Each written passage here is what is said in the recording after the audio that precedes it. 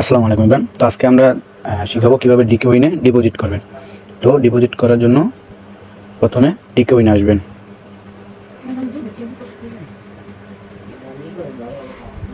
তো ডিকে উইনে আসার পরে এগুলা ক্লোজ করবেন।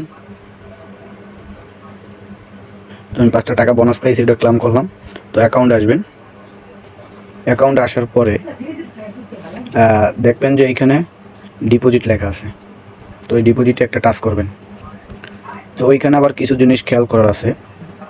তো এইখানে দেখেন নগদ, বিকাশ, ইউএসডিটি। তো আপনি কী করবেন? তো যেরকম আমি করব হচ্ছে আপনার বিকাশে, যাতে নগদ আছে নগদ আর বিকাশ সেম টু সেম প্রসেস। তো আমি বিকাশে চাপ দিলাম। তো এখন হচ্ছে আমি 200 টাকা ডিপোজিট করব। তো এই যে এইখানে লিখবেন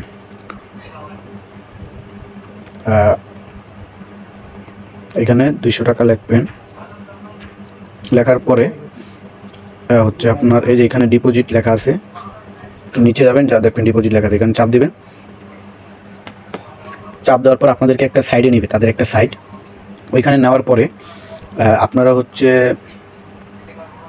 এই যে নাম্বারটা কপি করবেন। এই যে এখানে চাপ দিলে নাম্বারটা কপি হয়ে যাবে। তো আমরা কপি করে বিকাশে যাই, আবার আসতেছি। তো আমরা বিকাশে চলে আসলাম। এখানেও আবার কিছু বিষয় আছে, যেরকম এখানে লেখা হচ্ছে আপনার সেন্ড মানি। ঠিক আছে, সেন্ড মানি করা যাবে না।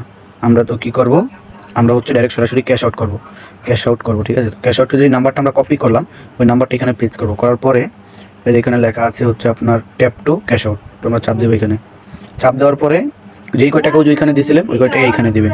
তারপরে কন্টিনিউ তো চাপ দেওয়ার পরে আপনার পিন কোডটা দিবেন। তো আমি একটু স্কিপ করছি এখানে। তো এখানে আমাদের পাসওয়ার্ড দেওয়ার পরে ওইখানে কন্টিনিউ বাটন আসবে। ওইখানে দেওয়ার পরে সবাই হচ্ছে যে এখানে আপনার হচ্ছে এখানে সবাই চাপদা ধরবেন। চাপদা ধরার পরে আপনাদেরকে একটা ট্রানজ্যাকশন আইডি দিবে। তো ট্রানজ্যাকশন আইডি কোনটা, এই যেটা বলে ট্রানজ্যাকশন আইডি। তো এটাকে কপি করবেন।